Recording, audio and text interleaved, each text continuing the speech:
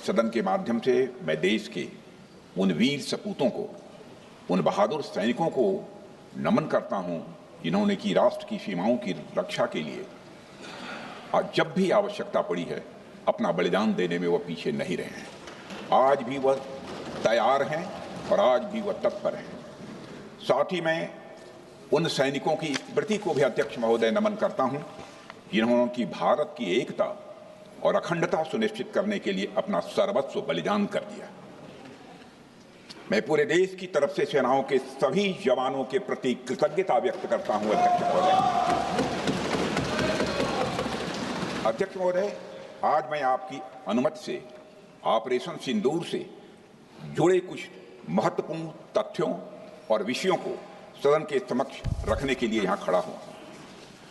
अध्यक्ष महोदय, 6 और 7 मई 2025 को भारतीय सेनाओं ने ऑपरेशन सिंदूर के नाम से एक ऐतिहासिक सैन्य कार्रवाई को अंजाम दिया।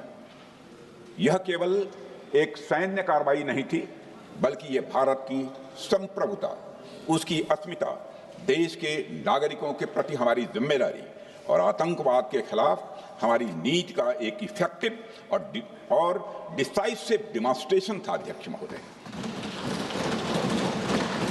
महोदय, जैसा इस सदन को जानकारी है, 22 अप्रैल 2025 को जम्मू कश्मीर के पहलगाम क्षेत्र में एक अमानवीय और कायराना आतंकी हमला हुआ। इस हमले में हमारे 25 निर्दोष नागरिकों सहित एक नेपाली नागरिक की भी जान गई थी। उन निर्दोष लोगों की जान उनका धर्म पूछ कर लिया गया। यह अपने आप में अमानवीयता का सबसे कुत्सित और सबसे घृणित उदाहरण था। यह घटना भारत की सहन शक्ति की सीमा की भी मैं मानता हूं परीक्षा थी। अध्यक्ष महोदय, इस हमले के तुरंत बाद हमारे प्रधानमंत्री श्री नरेंद्र मोदी जी ने तीनों सेनाओं के प्रमुखों की एक उच्च स्तरीय बैठक की और उन्हें छूट दी गई कि वे अपने विवेक, स्ट्रेटेजिक अंडरस्टैंडिंग और रीजनल सिक्योरिटी सिचुएशन को ध्यान में रखते हुए वह निर्णायक कार्रवाई करें। इसके बाद हमारे सैन्य नेतृत्व ने न केवल अपनी मैच्योरिटी दिखाई, बल्कि उस स्ट्रेटेजिक विजडम का भी परिचय दिया जिसकी उम्मीद भारत जैसी एक रिस्पॉन्सिबल पावर से की जाती है। अध्यक्ष महोदय, ऑपरेशन सिंदूर को अंजाम देने से पहले हमारी सेनाओं ने हर पहलू का बहुत ही गहराई के साथ अध्ययन किया। हमारे पास कई विकल्प थे, लेकिन हमने उस विकल्प को चुना जिसमें आतंकवादियों और उनके ठिकानों को अधिकतम नुकसान पहुंचे और जिसमें पाकिस्तान के आम नागरिक को कोई क्षति न होने पाए, इस बात की भी हम लोगों ने चिंता की। अध्यक्ष महोदय, हमारी सेनाओं द्वारा की गई वेल कोऑर्डिनेटेड स्ट्राइक्स ने 9 टेररिस्ट इंफ्रास्ट्रक्चर टारगेट्स को प्रिसीजन के साथ, सटीकता के साथ हिट किया और इस सैन्य कार्रवाई में एक अनुमान के अनुसार 100 से अधिक आतंकवादी, मैं बहुत संभल कर बोल रहा हूं अध्यक्ष महोदय, हमारी फिगर गलत ना होने पाए, फिगर इससे बहुत अधिक है। 100 से अधिक आतंकवादी, उनके ट्रेनर, उनके प्रशिक्षक, उनके हैंडलर लश्कर-ए तोयबा और हिजबुल मुजाहिदीन जैसे आतंकवादी संगठनों से संबंधित थे। ये वही आतंकी संगठन हैं जिन्होंने पाकिस्तान की सेना और ISI का जिन्हें खुला समर्थन प्राप्त है। अध्यक्ष महोदय, 7 मई 2025 को रात्रि 1:05 भारतीय सशस्त्र बलों ने ऑपरेशन सिंदूर प्रारंभ किया, जिसमें पाकिस्तान और पाक ऑक्युपाइड कश्मीर में भारत के खिलाफ आतंकी गतिविधियों से जुड़े 9 स्थानों को निशाना बनाया गया। इसमें POK के मुजफ्फराबाद में सवाई नाला और सैयदना बिलाल कैंप, कोटली में मस्जिद अब्बास व मसबर रहील शाहिद कैंप, कोटली में गुलपुर कैंप, भिम्बर में बरनाला कैंप, कोटली में अब्बास कैंप और पाकिस्तान के पंजाब प्रांत में बहावलपुर, मुहिदके और सरजाल और मेहमुना जोया शामिल थे। इनमें से 7 आतंकी शिविरों को भारतीय सेना ने पूरी तरह से नष्ट कर दिया। जबकि भारतीय वायुसेना ने मुरीदके और बहावलपुर को नेस्त नाबूद किया, जो लश्कर-ए-तोयबा और जैश ए मोहम्मद के केंद्र हैं। पूरा ऑपरेशन मात्र, अध्यक्ष महोदय, जानकर पूरे सदन को प्रसन्नता होगी कि विदिन 22 मिनट्स पूरा ऑपरेशन समाप्त हो गया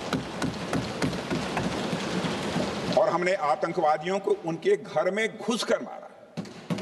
सशस्त्र बलों ने हमारी माताओं और बहनों के सिंदूर का बदला लिया और प्रत्येक भारतीय इस भावना से ओत-प्रोत हो गया। अध्यक्ष महोदय, मैं चाहूंगा कि पूरा सदन एक बार हमारे सेना के बहादुर जवानों के शौर्य और पराक्रम का अभिनंदन करे।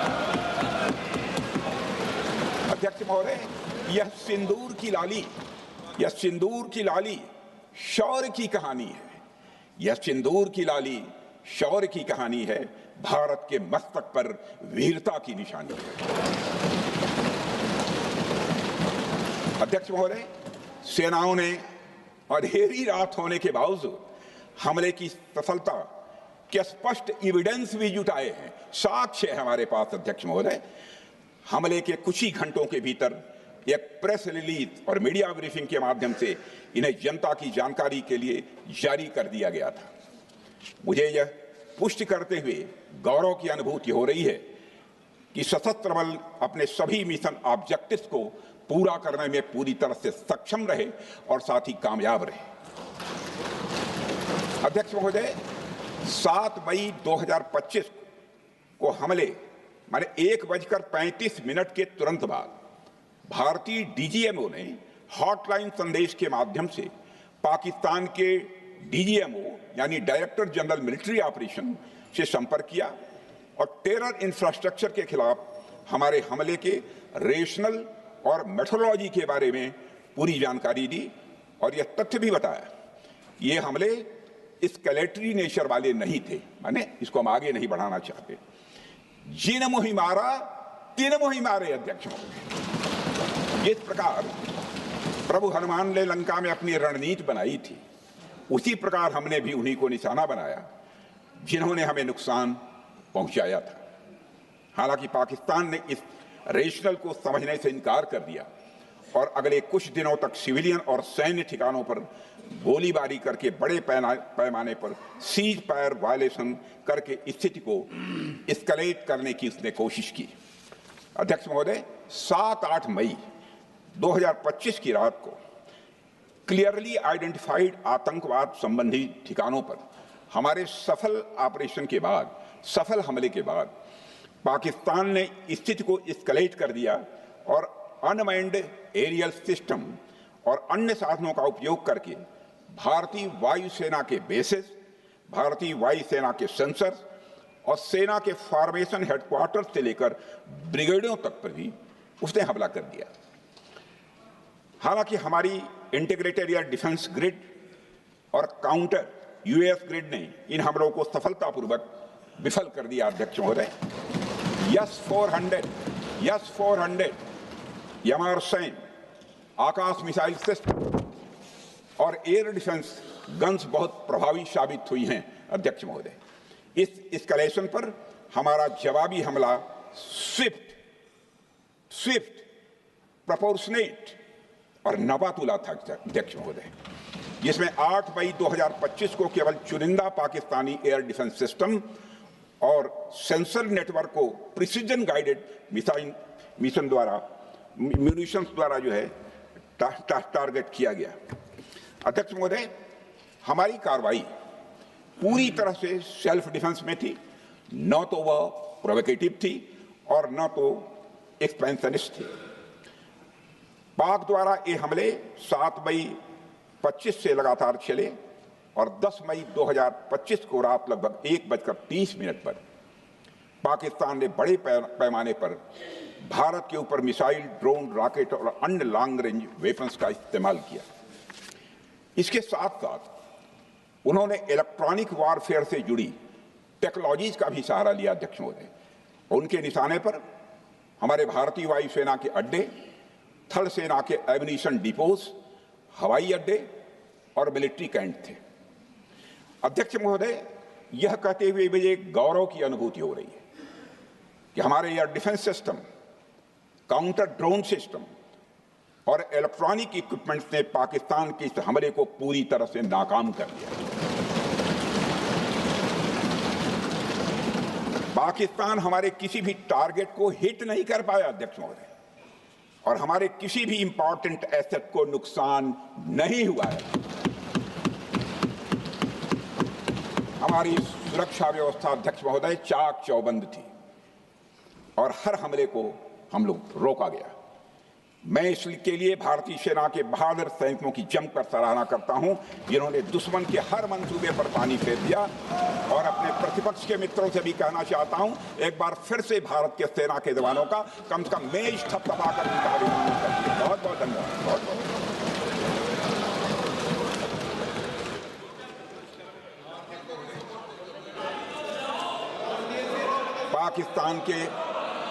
पाकिस्तान के इस हमले के जवाब में हमारी कार्रवाई साहसिक थी, ठोस थी और प्रभावी थी। भारतीय वायुसेना ने वेस्टर्न फ्रंट पर पाकिस्तान के हवाई अड्डों, command and control systems, military infrastructures और एयर डिफेंस सिस्टम को निशाना बनाया और इस मिशन को हमारी सेनाओं ने सफलतापूर्वक अंजाम देने में कामयाबी हासिल की। अध्यक्ष महोदय, हमारी सेनाओं ने चकलाला, सरगोधा, रफीकी, रहीम यार खान, जैकबाबाद, सुक्कुर और भोलारी जैसे एयर एयरबेस पर प्रहार किया और पूरी दुनिया ने भारतीय वायुसेना के शौर्य और पराक्रम की तस्वीर देखी।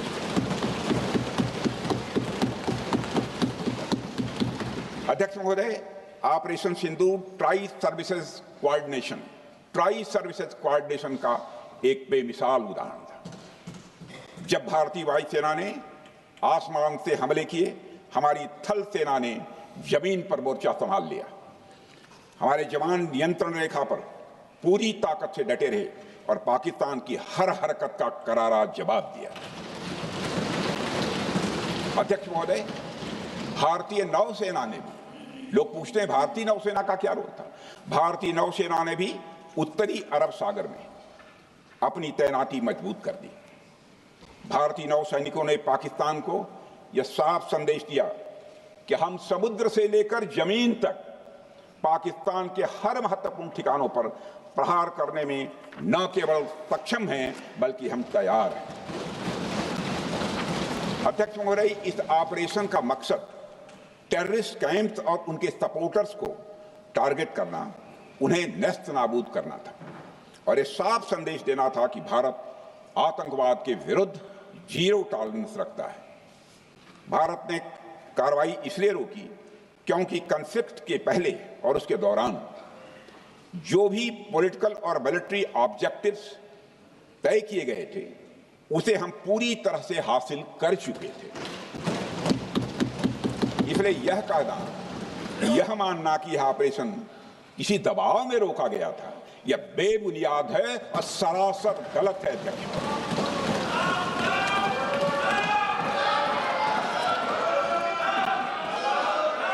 मैं सदन को फिर से आश्वस्त करना चाहता हूं, अपने राजनीतिक जीवन में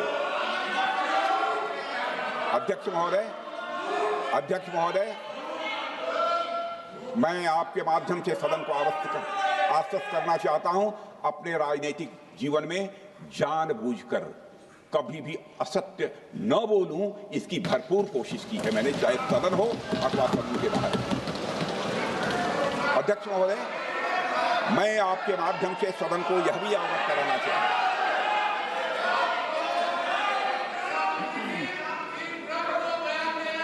प्लीज बैठिए।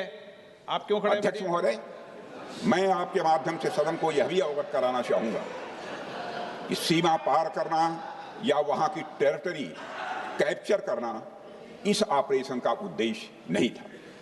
ऑपरेशन सिंदूर प्रारंभ करने का मकसद था अध्यक्ष महोदय, उन टेरर नर्सरीज को खत्म कर देना जिन्हें पाकिस्तान ने बरसों से पाला पोसा था।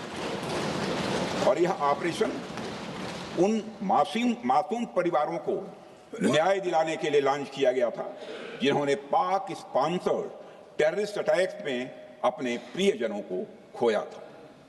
हमारी सेनाओं ने सिर्फ उनको टारगेट किया जो इन आतंकियों को सपोर्ट करते हुए भारत पर हमला करने की कोशिश में लगातार शामिल थे। अध्यक्ष महोदय, ऑपरेशन सिंदूर का ओवरऑल पॉलिटिको मिलिट्री ऑब्जेक्टिव यह था कि आतंकवाद के रूप में प्रॉक्सी वार लड़ रहे पाकिस्तान को सजा दी जाए, और इसी वजह से आर्म फोर्सेस को पूरी आजादी दी गई थी कि वे अपने टारगेट खुद चुनें और करारा जवाब दें।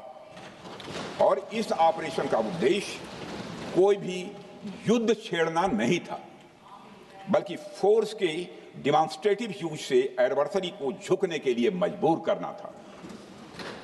10 मई की सुबह जब भारतीय वायुसेना ने पाकिस्तान की मल्टीपल एयरफील्ड पर करारा प्रहार किया तो पाकिस्तान ने हार मान ली है अध्यक्ष महोदय, और हॉस्टिलिटी रोकने की कोशिश की। अब रोक दीजिए महाराज। उन्होंने एक कोशिश की, हमारे डीएमओ से बात की, महाराज अब रोक दीजिए, बहुत हो गया। यह पेशकश इस कैबिनेट के साथ स्वीकार की गई थी। सुने, रुकिए तो रुकिए, बता दूंगा,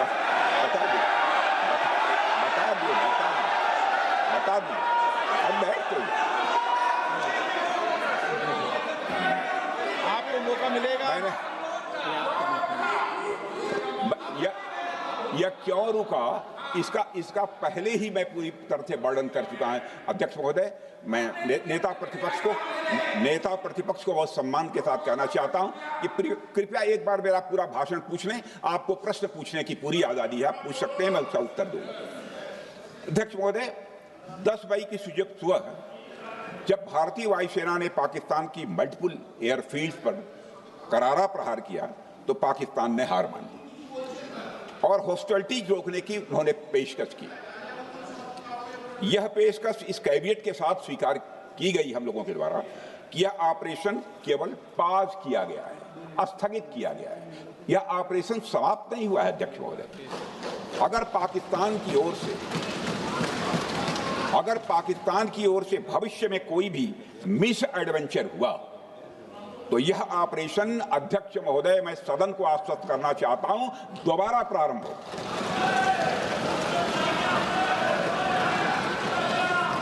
अध्यक्ष महोदय, भारतीय वायुसेना के जबरदस्त हमलों, नियंत्रण रेखा पर थल सेना की मजबूत जवाबी कार्रवाई और नौसेना के हमलों के डर ने पाकिस्तान को झुकने के लिए मजबूर कर दिया अध्यक्ष महोदय।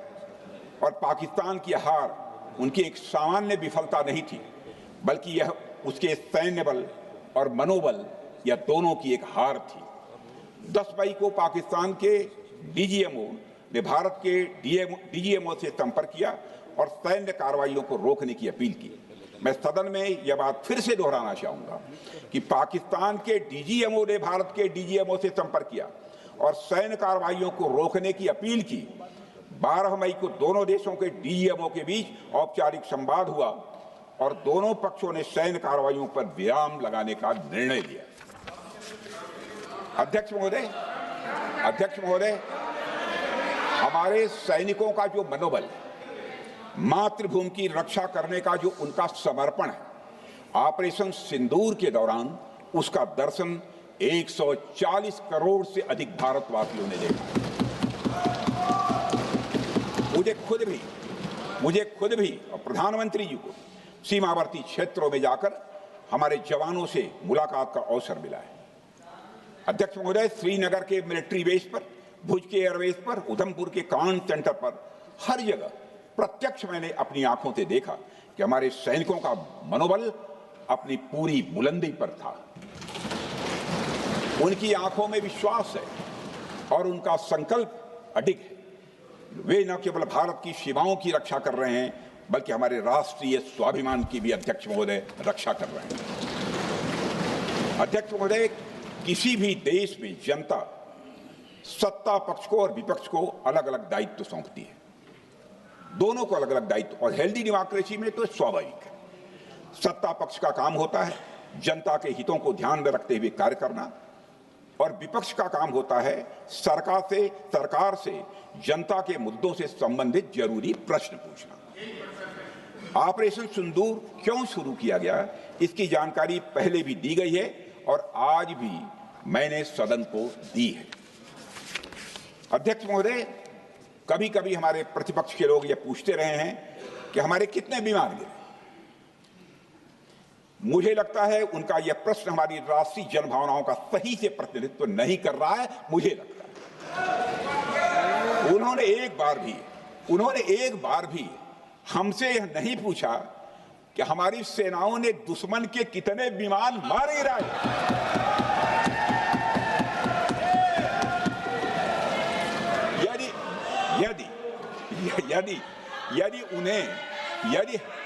यदि उन्हें प्रश्न पूछना ही है अध्यक्ष महोदय, तो उनका प्रश्न यह होना चाहिए, क्या भारत ने आतंकवादी ठिकानों को तबाह किया? तो उसका उत्तर है हाँ।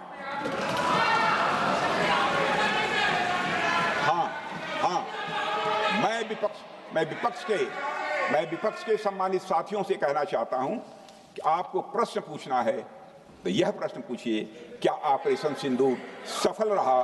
तो उसका उत्तर है हाँ।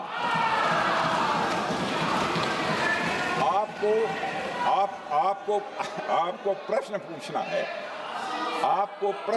है तो यह प्रश्न पूछिए कि जिन आतंकियों ने हमारी बहनों, हमारी बेटियों का सिंदूर मिटाया, क्या हमारी सेनाओं ने ऑपरेशन सिंदूर में उन आतंकियों के आकाओं को मिटाया? तो इसका उत्तर है हाँ। और आपको प्रश्न पूछना है तो यह पूछिए कि इस ऑपरेशन में क्या हमारे जाबाज सैनिकों को कोई क्षति हुई है? तो उसका उत्तर है नहीं। अध्यक्ष महोदय, लक्ष्य जब बड़े हो तो अपेक्षाकृत छोटे मुद्दों पर हमारा ध्यान नहीं जाना चाहिए। लक्ष्य बड़े हों तो छोटे मुद्दों पर, अपेक्षाकृत जो छोटे मुद्दे होते हैं कंपैरेटिवली, उन पर ध्यान नहीं जाना चाहिए, क्योंकि छोटे मुद्दों पर ही ध्यान देते रहने से देश की सुरक्षा और सैनिकों के सम्मान और उत्साह जैसे बड़े मुद्दों से ध्यान हट सकता है, जैसा कि विपक्ष के हमारे कुछ साथियों के साथ हो रहा है। अब चूंकि विपक्ष के मित्र ऑपरेशन सिंदूर को लेकर उचित प्रश्न नहीं पूछ पा रहे हैं, तो उन्हें मैं क्या बताऊं अध्यक्ष महोदय। मैं लगभग 4 डिकेड से अधिक समय से राजनीति में, सत्ता पक्ष हो या विपक्ष हो, अपनी पार्टी हो या दूसरी पार्टी हो, कभी भी किसी के साथ दलगत राजनीति को मैंने शत्रुतापूर्ण तरीके से जिंदगी में नहीं देखा है मैंने अध्यक्ष महोदय। इसलिए आज अगर विपक्ष प्रश्न पूछने में असफल है, मैं विपक्ष को उनके इस काम में थोड़ी सी मदद करना चाहता हूं। अध्यक्ष महोदय, मैं विपक्ष के अपने सम्मानित साथियों से कहना चाहता हूं कि यदि आज हम लोग सत्ता पक्ष में हैं, तो ऐसा नहीं है कि हम हमेशा सत्ता पक्ष में ही रहेंगे। यह आवश्यक नहीं है, किसी के लिए आवश्यक नहीं। एक लंबा समय हमने विपक्ष का काम किया है, एक लंबा समय हमने सरकारों से सवाल पूछने में लगाया है। जनता ने जब हमें विपक्ष में रहने का दायित्व सौंपा था, तो हमने विपक्ष में रहकर विपक्ष की भूमिका को बड़े ही सकारात्मक तरीके से निभाया भी। अध्यक्ष महोदय, विपक्ष में रहकर हमने कैसे प्रश्न पूछे, इसके कुछ उदाहरण मैं यहां रखना चाहता हूं। 1962 में अध्यक्ष महोदय, चीन के साथ हुए युद्ध में जब दुखद परिणाम आया, तो हमने उस समय की सरकार से यह पूछे थे, लेकिन वह प्रश्न यह था कि हमारे देश की धरती पर दूसरे देश का कब्जा कैसे हुआ। हमने यह प्रश्न पूछा था कि हमारी सेना और हमारी जनता अपमानित क्यों हुई। हमने यह प्रश्न पूछा था कि बड़ी संख्या में हमारे सैनिक हताहत कैसे हुए। हमने यह प्रश्न नहीं पूछा कि हमारे टैंक, हमारी मशीनें, हमारी बंदूकें क्यों ध्वस्त हो गई। यह प्रश्न हम लोगों ने नहीं पूछा। मशीनों और तोपों की चिंता न करके अध्यक्ष महोदय, हमने देश की टेरिटरी की चिंता की, हमने देश के सैनिकों की। इसी तरह 71 के युद्ध में, 71 के युद्ध में, जब हमने पाकिस्तान को सबक सिखाया, मैं उस समय की सरकार को मैं बधाई देना चाहता हूं। हमने अपने राजनीतिक और सैन्य नेतृत्व की प्रशंसा की। हमने ये नहीं देखा कि किस दल की सरकार है, किस विचारधारा की सरकार है, इसकी चिंता नहीं की कभी। हमारे नेता अटल बिहारी वाजपेयी ने संसद में खड़े होकर उस समय के नेतृत्व की प्रशंसा की थी। हमने इस बात की खुशी जाहिर कि हमने अपने शत्रु को सबक सिखाया। हमने उस दौरान यह प्रश्न नहीं पूछा कि सबक सिखाने के दौरान में भारत के कितने प्लेन्स गिरे, भारत के कितने इक्विपमेंट्स बर्बाद हुए। यह प्रश्न अध्यक्ष महोदय उस समय भी हम लोगों ने नहीं पूछा। अध्यक्ष महोदय, यदि मैं इसे और भी प्रैक्टिकल तरीके से समझाऊं, तो किसी भी परीक्षा के परिणाम में रिजल्ट मैटर करता है। यदि किसी परीक्षा में कोई बच्चा अच्छे मार्क्स लेकर आ रहा है तो हमारे लिए उसके मार्क्स मैटर करने चाहिए। हमें इस बात का ध्यान नहीं रखना चाहिए कि एग्जाम के दौरान उसकी पेंसिल टूट गई थी या उसकी पेन खो गई।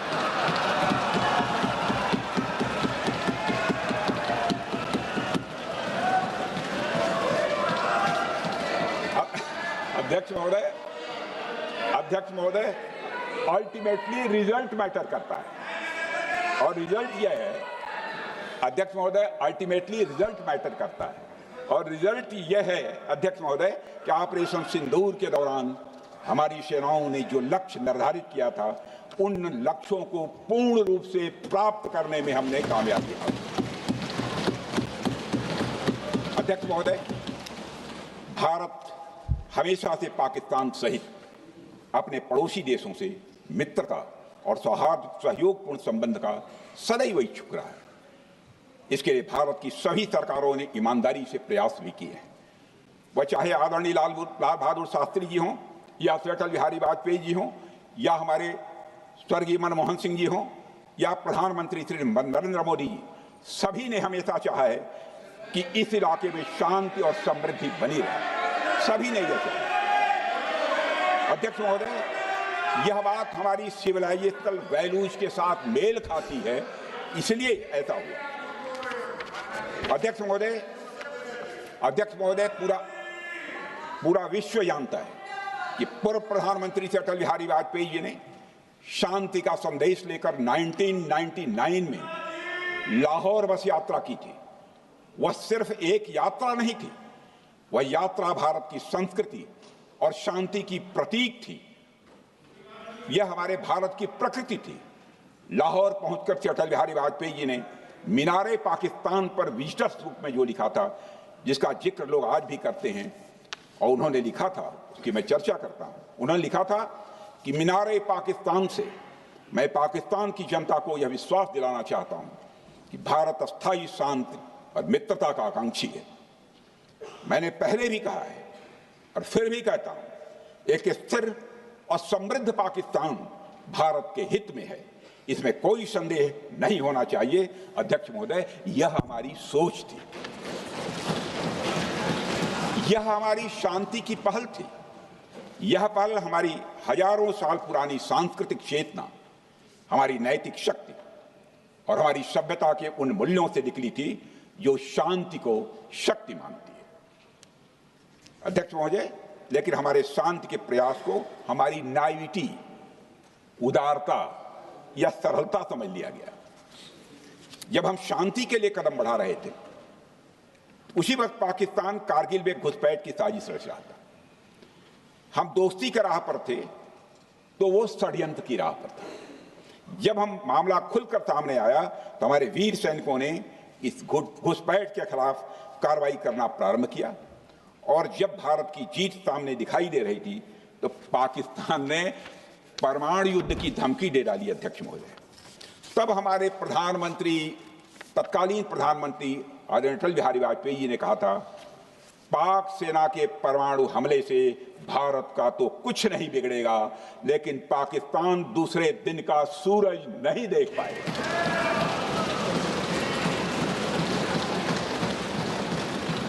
यानी अटल जी जो शांति का पैगाम लेकर गए, वही अटल जी शक्ति का भी परिचय देने में तनिक भी नहीं हिचके। यही है भारत। अध्यक्ष महोदय, यह सामर्थ्य का उद्घोष था। यह एक स्पष्ट संदेश था कि भारत शांति चाहता है, लेकिन अगर कोई हमारी संप्रभुता को चुनौती देगा तो उसका जवाब भी उतनी ही दृढ़ता से दिया जाएगा। अध्यक्ष महोदय, 2015 में जब हमारे प्रधानमंत्री मोदी जी ने लाहौर जाकर नवाज शरीफ से मुलाकात की तो भारत ने फिर से दोस्ती का हाथ बढ़ाया। भारत ने फिर से दोस्ती का हाथ बढ़ाया। अध्यक्ष महोदय, हम वाकई में शांति की राह पर चलना चाहते थे, क्योंकि हमारी मूल प्रकृति बुद्ध की है, युद्ध की नहीं है। हमारी सरकार ने भी पाकिस्तान के साथ शांति स्थापित करने के अनेक प्रयत्न किए हैं, लेकिन बाद में हमने 2016 में सर्जिकल स्ट्राइक से, 2019 में बालाकोट में एयर स्ट्राइक से और 2025 के ऑपरेशन सिंदूर से हमने शांति स्थापित करने का दूसरा रास्ता अपनाया है। अध्यक्ष महोदय, अब हमारे प्रधानमंत्री श्री नरेंद्र मोदी जी और हमारी सरकार का स्टैंड बिल्कुल क्लियर है कि टेररिज्म और टॉक्स ये दोनों साथ नहीं चल सकते,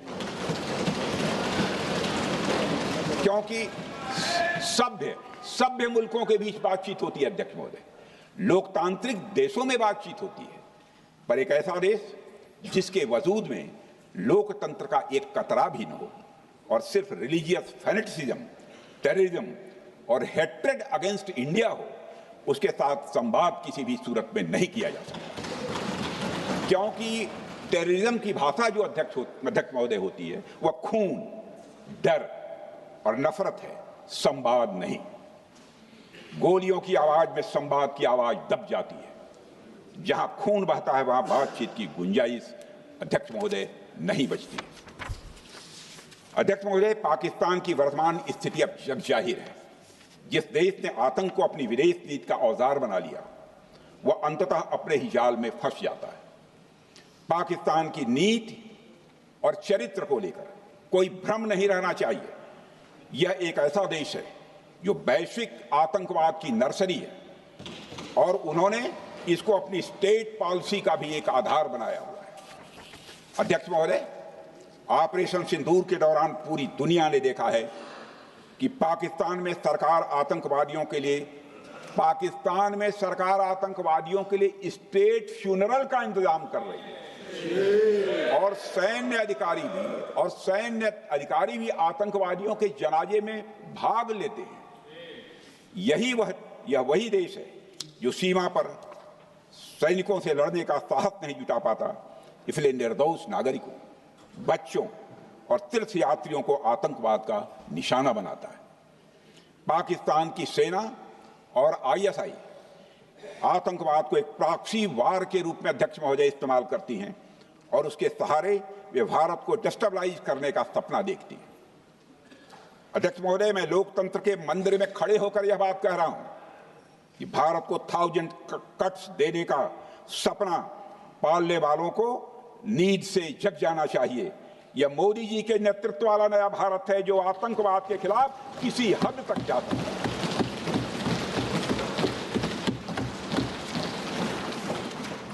अध्यक्ष महोदय, आप भारत का इतिहास जानते हैं। देखिए, हमने कभी भी किसी की 1 इंच जमीन पर आज तक कभी कब्जा नहीं किया है। हम यह भी जानते हैं कि युद्ध अपनी बराबरी वालों से करना चाहिए। ऐसा गोस्वामी तुलसीदास जी ने लिखा है और गोस्वामी तुलसीदास जी कहते हैं कि नीति ऐसी ही होनी चाहिए, प्रीति और बैर बराबरी वाले से ही करनी चाहिए। शेर यदि मेढकों को मारे तो उसका बहुत अच्छा संदेश नहीं आता है अध्यक्ष महोदय। और अध्यक्ष महोदय, हमारे देश की सेना शेर है।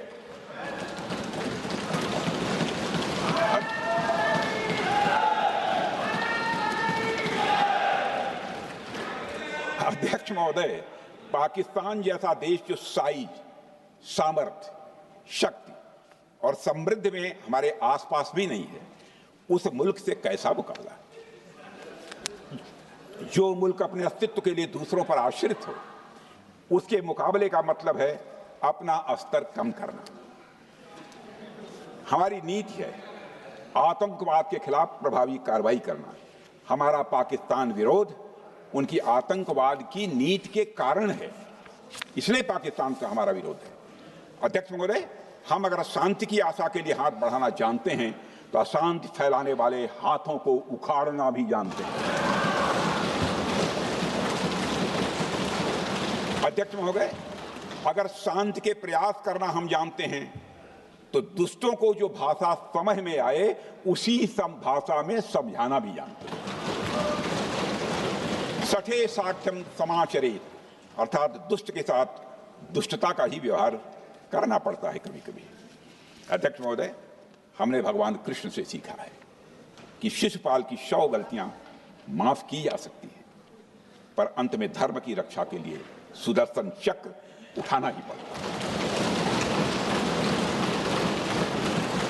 हमने पार्लियामेंट का अटैक सहा है अध्यक्ष महोदय, 2008 का मुंबई अटैक सहा है, झेला है, लेकिन अब हमने कह दिया है इनफ इज इनफ। अब हमने सुदर्शन चक्र उठा लिया है अध्यक्ष महोदय। अध्यक्ष महोदय, हमारी प्रवृत्ति भगवान राम और भगवान कृष्ण से प्रेरित है, जो हमें शौर्य भी सिखाती है और धैर्य भी सिखाती है। इस सीख का अध्यक्ष महोदय, इस सीख का हम प्रधानमंत्री नरेंद्र मोदी जी के नेतृत्व में हमारी विदेश और अपनी रक्षा नीति में सीधा प्रयोग कर रहे हैं। आज भारत पहले दोस्ती का हाथ बढ़ाता है, लेकिन अगर कोई देश धोखा दे तो उसकी कलाई भी मरोड़ना जानता है। अध्यक्ष महोदय, हमारी नीति स्पष्ट है कि हमने एक समय लाहौर बस यात्रा की भाषा में बात की थी, तो पाकिस्तान ने हमारी उस भाषा को नहीं समझा, तो अब हम उन्हें बालाकोट स्ट्राइक की भाषा में जवाब देंगे।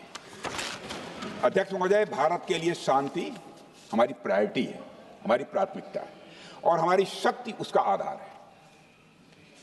भारत के लिए शांति प्राथमिकता है और हमारी शक्ति उसका आधार है। यह शक्ति हमारे सामर्थ्य से पैदा हुई है अध्यक्ष महोदय, और यह सामर्थ्य पिछले 11 साल में कई गुना बढ़ गया है। मैं ये नहीं कहता हूं पहले नहीं था, पहले था, लेकिन अब कई गुना बढ़ गया है।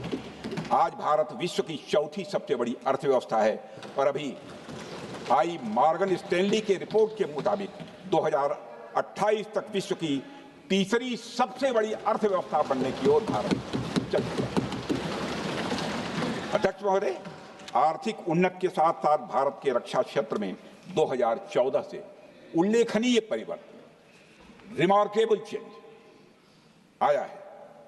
आज का भारत डिफेंस सेक्टर में आत्मनिर्भरता, सेल्फ रिलायंस और स्वदेशी उत्पादन की दिशा में तेजी से आगे बढ़ रहा है। अध्यक्ष महोदय, आज हम हर दृष्टि से समर्थ भी हैं और सक्षम भी हैं। अध्यक्ष महोदय, मैं सदन को यह भी जानकारी देना चाहता हूं, उसके बाद जब प्रश्न पूछा गया हमारे सारे चीफ से, सीडीएफ से, डिफेंस सेक्रेटरी से, क्या ऑपरेशन के लिए तैयार हैं, क्षण भर की देर नहीं लगाई, सबने बोला यस सर। अध्यक्ष महोदय, ऑपरेशन सिंदूर हमारे सामर्थ्य का ही प्रतीक था, जिसमें हमने दिखा दिया कि अगर कोई हमारे नागरिकों को मारेगा तो भारत चुप नहीं बैठेगा। भारत की आत्मरक्षा के लिए हमारा राजनीतिक तंत्र और नेतृत्व बिना किसी दबाव के काम करेगा। हमारी मिसाइल फिजिकल सीमाएं लांघेंगी अध्यक्ष महोदय, और हमारे वीर सैनिक दुश्मन की कमर तोड़ेंगे। अध्यक्ष महोदय, हम आतंकवाद को उसके हर रूप और स्वरूप में पूरी तरह समाप्त करने के लिए पूरी तरह से प्रतिबद्ध हैं, और इस संदर्भ में हमें एक महत्वपूर्ण बात समझनी होगी। Pakistan sponsored terrorism is not random madness, there is a method in this madness. यह एक सुनियोजित रणनीति है, यह एक फंडामेंटल रेज है। अध्यक्ष महोदय, प्रसिद्ध लेखक वीएस नायपाल ने सही कहा था, पाकिस्तान में होना एक ऐसी अल्टरनेट और कंट्रास्टिंग रियलिटी है, where war is peace, freedom is slavery, ignorance is strength, यानी यहां युद्ध ही शांति है, गुलामी ही स्वतंत्रता है और जिहालत यानी अज्ञानता ही ताकत है। अध्यक्ष महोदय, इसलिए पाकिस्तान द्वारा प्रायोजित आतंकवाद कोई पागलपन नहीं है। पाकिस्तान द्वारा प्रायोजित आतंकवाद कोई पागलपन नहीं है, यह एक सोची समझी साजिश का हिस्सा है। यह एक ऐसी प्रक्रिया है जो आतंक को एक पॉलिटिकल टूल की तरह इस्तेमाल करती है। यह सिर्फ आतंकवाद नहीं, यह एक टूल किट है, एक ऐसा टूल किट जिसे पाकिस्तान की सेना और उसकी एजेंसियां एक नीति की तरह अपनाए हुए हैं। This tool kit is in opposition to civilized code of conduct that the rest of the world prefers to abide by। यानी यह टूल किट उस सिविलाइज्ड कोड ऑफ कंडक्ट के खिलाफ है जिसे दुनिया का हर जिम्मेदार देश मानता है। अध्यक्ष महोदय, यह एक कट्टरपंथी सोच की उपज है जिसमें सहिष्णुता के लिए कोई जगह नहीं। हमारा पाकिस्तान के साथ कोई सीमा का संघर्ष नहीं है अध्यक्ष महोदय, बल्कि यह सभ्यता बनाम बर्बरता का संघर्ष है। सभ्यता बनाम बर्बरता का संघर्ष। पाकिस्तान के हुक्मरान जानते हैं कि उनके सैनिक युद्ध के मैदान में भारत से नहीं जीत सकते, इसलिए वे आतंक को पालते हैं, पालते ही नहीं उन्हें प्रशिक्षण देते हैं और फिर दुनिया के सामने खड़े होकर निर्दोष बनने की कोशिश करते हैं। अध्यक्ष महोदय, पाकिस्तान दोहरे मापदंड और झूठ की बुनियाद पर खड़ा हुआ एक ऐसा देश है जो अब फेल्ड स्टेट के तौर पर देखा जा रहा है। भारत ने ऑपरेशन सिंदूर के जरिए पूरी दुनिया को दिखा दिया है कि हम इस आतंकवाद के गंदे खेल को जड़ से समाप्त करने का संकल्प ले चुके हैं। अध्यक्ष महोदय, जब अटल जी प्रधानमंत्री थे तब पाकिस्तान के साथ कंबोजिट डायलॉग के लिए भारत की शर्त थी कि पाकिस्तान अपनी जमीन का प्रयोग भारत के खिलाफ टेररिज्म फैलाने के लिए नहीं करेगा। एक कंपोजिट डायलॉग के लिए भारत की शर्त थी, जिसे पाकिस्तान ने भी मान लिया था उसमें। लेकिन दुर्भाग्य से 2009 में शर्म एल शेख में तत्कालीन सरकार ने एक बड़ी भूल की, जब कंपोजिट डायलॉग प्रोसेस से पाकिस्तान प्रायोजित आतंकवाद को डीलिंक कर दिया गया। यानी बातचीत जारी रखने के लिए पाकिस्तान द्वारा अपनी जमीन को आतंकवाद के लिए प्रयोग न करने की शर्त को ही डाइल्यूट कर दिया गया। मैं मानता हूं यह भारत की स्ट्रेटेजिक पोजीशनिंग को कमजोर करने वाला एक कदम था। अध्यक्ष महोदय, ऐसी ही एक और गंभीर चूक तत्कालीन सरकार ने 2006 में हवाना में भी हुई थी, जब पाकिस्तान को आतंकवाद का विक्टिम माना गया और एक ज्वाइंट एंटी टेरर मैकेनिज्म बनाने पर सहमति भी हुई थी। 2006 की बात कर रहा हूं। अध्यक्ष महोदय, यह सोचने वाली बात है कि जो देश आतंक को पैदा करता है, उसे पालता है, उस देश को ही आतंक से पीड़ित मान लेना कितना बड़ा स्ट्रेटेजिक ब्लंडर है। अध्यक्ष महोदय, आतंकवाद के खिलाफ हमारी लड़ाई अब केवल सीमा पर नहीं है, बल्कि वैचारिक मोर्चों पर भी लड़ी जा रही है। इसी उद्देश्य से प्रधानमंत्री जी कई हाई लेवल डेलीगेशंस का गठन भी उन्होंने किया था, जिसमें हमारे लगभग अधिकांश दलों के सम्मानित सदस्य उसमें शामिल थे। उसमें विभिन्न राजनीतिक दलों के रिप्रेजेंटेटिव शामिल थे और सचमुच इस समिति ने वैश्विक मंचों पर जाकर भारत की बात बहुत ही प्रभावी तरीके से रखी और आतंकवाद के विरुद्ध वैश्विक समर्थन को उन्होंने मजबूत किया। अध्यक्ष महोदय, मैं उन सभी डेलीगेशन के सम्मानित सदस्यों के प्रति शीश झुकाकर आभार व्यक्त करना चाहता हूं, जिन्होंने भारत का आतंकवाद के खिलाफ स्टैंड तथा जीरो टॉलरेंस की पॉलिसी और ऑपरेशन सिंदूर के बारे में दुनिया के देशों को सही तरीके से अवगत कराया, प्रभावी तरीके से अवगत कराया। अध्यक्ष महोदय, ऑपरेशन सिंदूर को लेकर सर्वदलीय बैठक भी हुई। I am very happy to tell the house that during Operation Sindoor, all the political parties of the country kept aside all ideologies and differences and showed solidarity with the nation, with the soldiers and with the government। फिर इसके लिए आभार व्यक्त करता हूं। मुझे लगता है यही इस देश के लोकतंत्र की खूबसूरती है। अध्यक्ष महोदय, जैसा कि हमारे माननीय प्रधानमंत्री मोदी जी ने भी कहा है कि ऑपरेशन सिंदूर अभी रुका है, समाप्त नहीं हुआ है। यदि आवश्यकता पड़ी, यदि पाकिस्तान फिर किसी नापाक हरकत की कोशिश करता है तो हम और भी कठोर और निर्णायक कार्रवाई करने के लिए तैयार हैं। अध्यक्ष महोदय, ऑपरेशन सिंदूर के माध्यम से पाकिस्तान के मन में भारत को लेकर जो बहुत बड़ी गलतफहमी थी वह हमने दूर कर दी है। और मेरी दूर थोड़ी बहुत बची यदि भई होगी तो उसको भी दूर कर देंगे। अध्यक्ष महोदय, मुझे महाकवि राष्ट्र कवि रामधारी सिंह जी दिनकर की कुछ पंक्तियां याद आती हैं। अध्यक्ष महोदय, क्षमाशील हो रिपु समक्ष, क्षमाशील हो रिपु समक्ष, तुम हुए विनत जितना ही, दुष्ट कौरवों ने तुमको कायर समझा उतना ही। अध्यक्ष महोदय, भारत ने न केवल अपनी सैन्य क्षमता का प्रदर्शन किया, बल्कि अपनी राष्ट्रीय दृढ़ता, नैतिकता और राजनीतिक कुशलता का भी परिचय दिया है।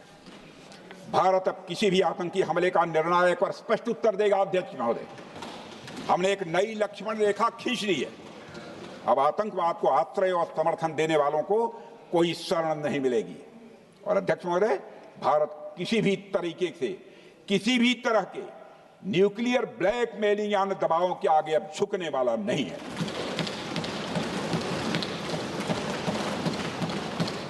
अध्यक्ष महोदय, ऑपरेशन सिंदूर के माध्यम से जो हमने किया और उससे पहले सर्जिकल स्ट्राइक और एयर स्ट्राइक के जरिए जो संदेश दिया गया वह बहुत पहले ही हो जाना चाहिए, लेकिन जो होता है समय पर ही होता है। अध्यक्ष महोदय, हमारी सरकार ने आतंकवाद के खिलाफ हमारी जीरो टॉलरेंस की नीति को दुनिया के हर मंच पर पूरी तरह से स्पष्ट कर दिया है और हम उस पर कोई समझौता किसी भी सूरत में नहीं करने वाले हैं। अभी कुछ सप्ताह पहले मुझे शंघाई कोऑपरेशन ऑर्गेनाइजेशन की डिफेंस मिनिस्टर्स मीटिंग में जाने का अवसर मिला था। वहां जो डिक्लेरेशन तैयार किया जा रहा था उसमें आतंकवाद पर भारत का स्टैंड डाइल्यूट हो रहा था।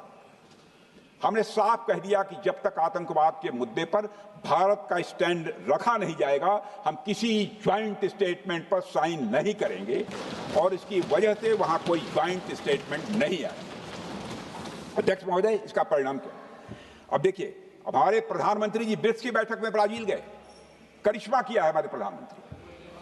तो चीन की मौजूदगी में जो ज्वाइंट डिक्लेरेशन आया उसमें जम्मू और कश्मीर में हुए आतंकी हमले को कंडेम भी किया गया।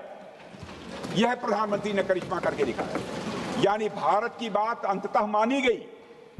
और यह ब्रिक्स सम्मेलन के इतिहास में पहली बार हुआ जब जम्मू एवं कश्मीर में हुए किसी आतंकी घटना को खुलकर कंडेम किया गया। मैं इस सदन को याद दिलाना चाहता हूं, 2008 में मुंबई में इतनी बड़ी आतंकी घटना हुई, मगर उस समय की सरकार को जो प्रभावी कार्रवाई करनी चाहिए थी वो नहीं हो पाई। लेकिन उसमें सबसे दुखद और आश्चर्य की बात है, कई वर्ल्ड फोरम, इंटरनेशनल फोरम पर जो उसका कंडेमनेशन होना चाहिए, जो उसकी निंदा की जानी चाहिए, वह भी जितना होना चाहिए नहीं हो पाया। अध्यक्ष, यदि आप उस घटना के बाद हुए ब्रिक्स सम्मेलन के डॉक्यूमेंट्स उठाकर देख लीजिए, मुंबई आतंकी हमले का कहीं जिक्र भी नहीं है। और अध्यक्ष महोदय, जब केंद्र में प्रधानमंत्री मोदी जी के नेतृत्व में सरकार बनी, तब जाकर कहीं के हालात कुछ बदलने शुरू हुए और साल 2017 में हुए ब्रिक्स सम्मेलन में पहली बार 2017 में हुए ब्रिक्स सम्मेलन में पहली बार आतंकवाद से लश्कर और जैश जैसे आतंकवादी संगठनों को जोड़ा गया। यह भी अपने में करिश्माई काम था। यह परिस्थिति इसलिए बनी क्योंकि इसके ठीक एक साल पहले उरी की घटना के भारत की सेनाओं ने सीमा पर जाकर सर्जिकल स्ट्राइक की थी। हमने दुनिया को बताया कि आतंकवाद के खिलाफ हम सरहद के इस पार भी मारेंगे और जरूरत पड़ी तो आतंकियों के घर में घुसकर भी मारेंगे। यह बदलाव प्रधानमंत्री मोदी जी के नेतृत्व में आया। अध्यक्ष महोदय, यह वही नीति है जो पहले की सरकारों को भी अपनानी चाहिए थी।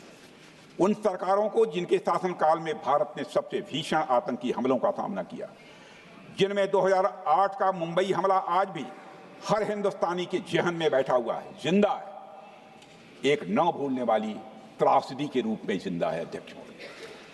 अध्यक्ष महोदय, मैं श्री प्रणब मुखर्जी जी ने अपनी किताब द कोलिशन ईयर्स में लिखा है, मेरे पास है भी, कोलिशन ईयर्स में लिखा है कि जब मुंबई अटैक हुआ था, प्रणोदा ने लिखा है, जब मुंबई अटैक हुआ था, India had evidence that the terrorist came from Karachi port.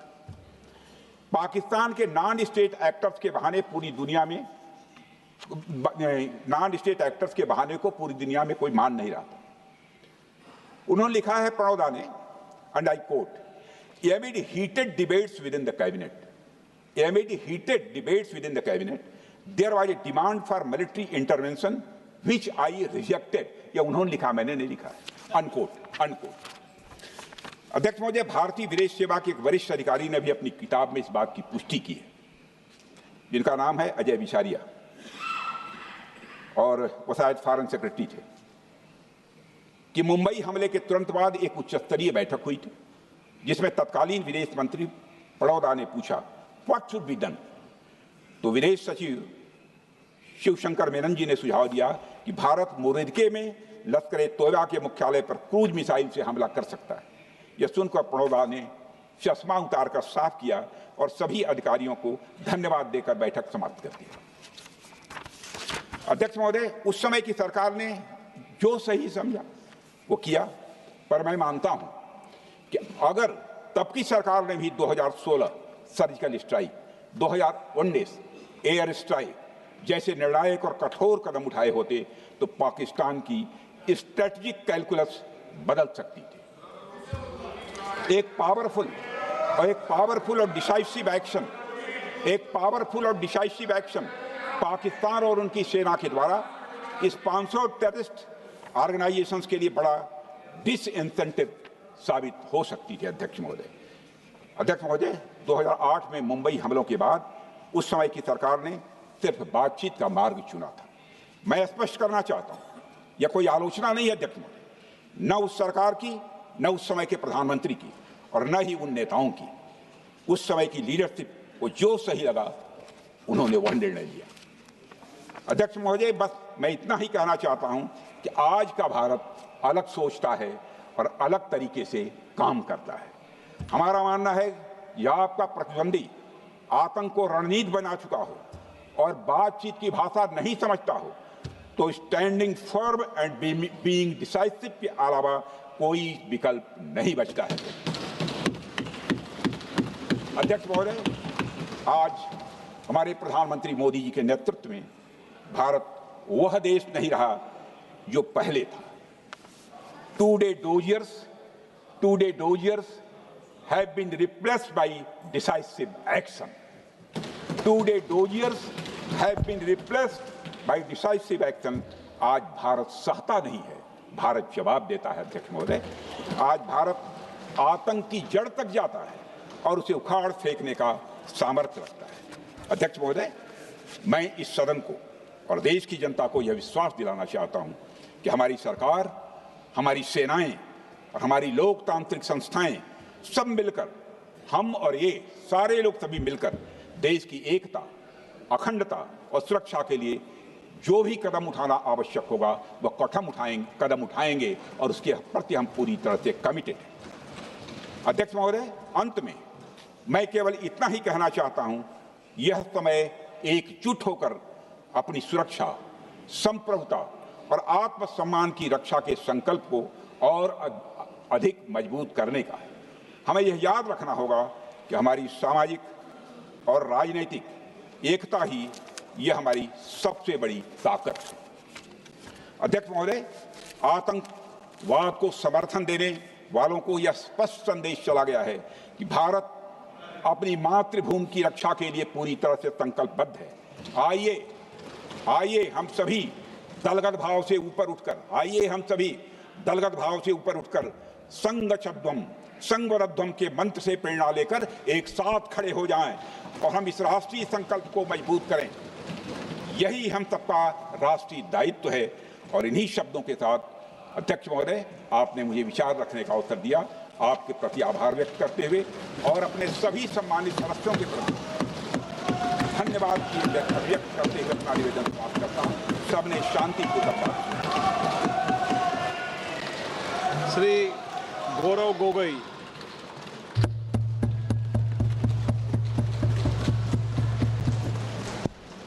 धन्यवाद अध्यक्ष महोदय। आज हम इस विशेष